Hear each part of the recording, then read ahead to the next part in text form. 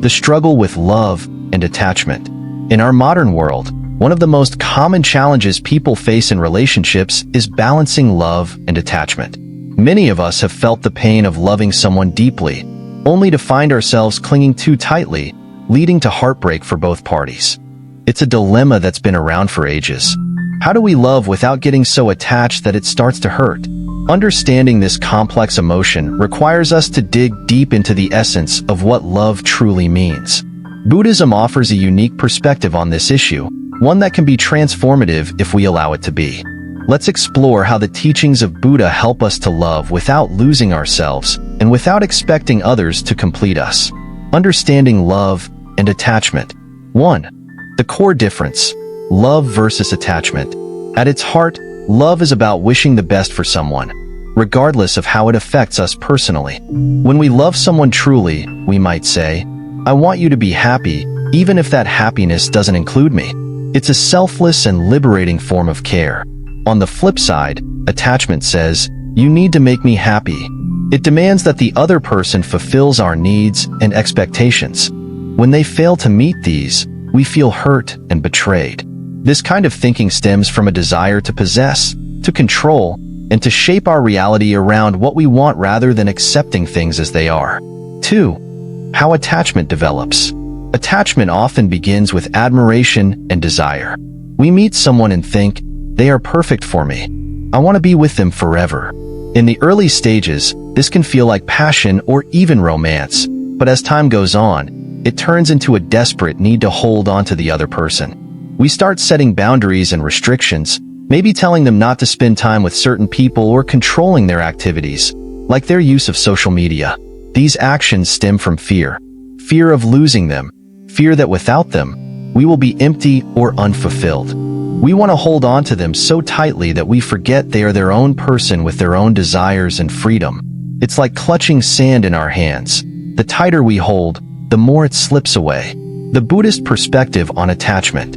1. The illusion of permanence. Buddhist teachings remind us that nothing in life is permanent. Every person, every experience, and every emotion is subject to change. This concept is known as anicca or impermanence. When we realize that change is the only constant in life, we start to see how futile it is to try to hold on to anything, especially another person. Imagine a beautiful sunset.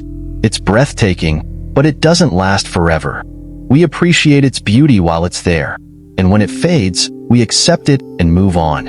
Loving someone without attachment is like appreciating a sunset, reveling in the moments we share, but understanding that they won't last forever.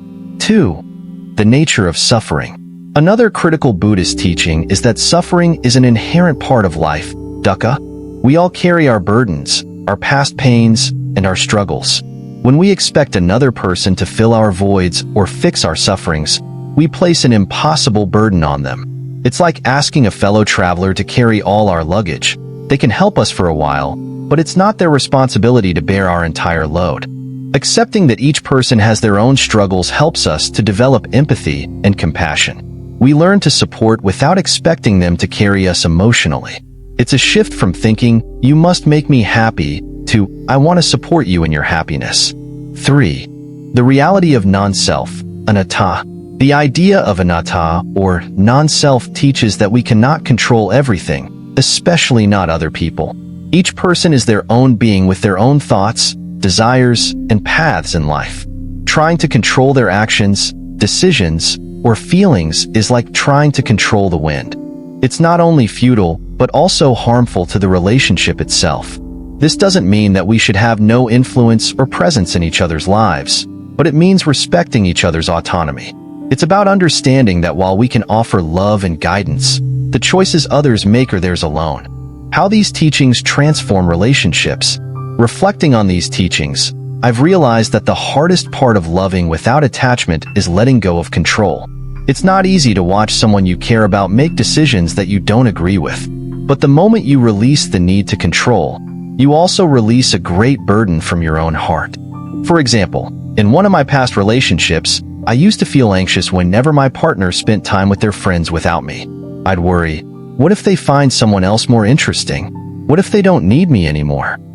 This fear led to attempts to restrict their time and freedom.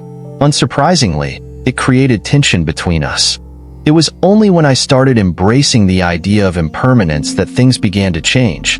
I told myself, even if this relationship doesn't last forever, I want to make the most of the time we have now. Instead of focusing on what I could lose, I started focusing on what I could give: understanding, support, and genuine joy for their happiness. This shift didn't just change my relationship, it changed me. I became more at peace, more secure in my own value, and less dependent on the actions of others for my happiness. It was like letting go of a heavy weight I didn't even realize I was carrying. Examples of loving without attachment. 1. The story of the monk and the woman. There's a Buddhist story that illustrates this beautifully. A monk was walking along a river when he saw a woman struggling to cross. Despite his vows to avoid physical contact with women, he decided to help her across the river. After reaching the other side, he put her down and continued his journey. Later, another monk asked him, "Why did you carry that woman? You broke the rules." The first monk replied, "I put her down at the riverbank, but you are still carrying her." This story teaches us about the power of letting go. The monk helped the woman when it was needed, but didn't carry the burden of the act with him. In relationships, we can be present, supportive, and loving, but we should not carry the weight of expectations beyond what is necessary. 2. The parable of the vase. Imagine you on a beautiful vase that you love dearly. Instead of obsessing over the fear that it might break, you appreciate it each day, knowing that one day it will inevitably fall and shatter. When that day comes, you accept it without sorrow, because you've cherished it fully during its time with you. This parable applies to relationships as well.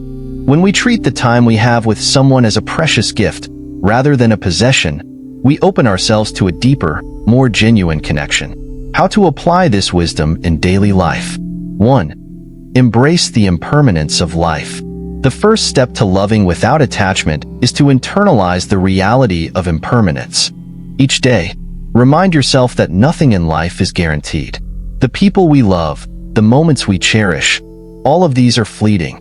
This mindset doesn't make relationships any less meaningful. In fact, it makes them even more precious. When we stop clinging to permanence, we can start embracing the beauty of each moment as it comes.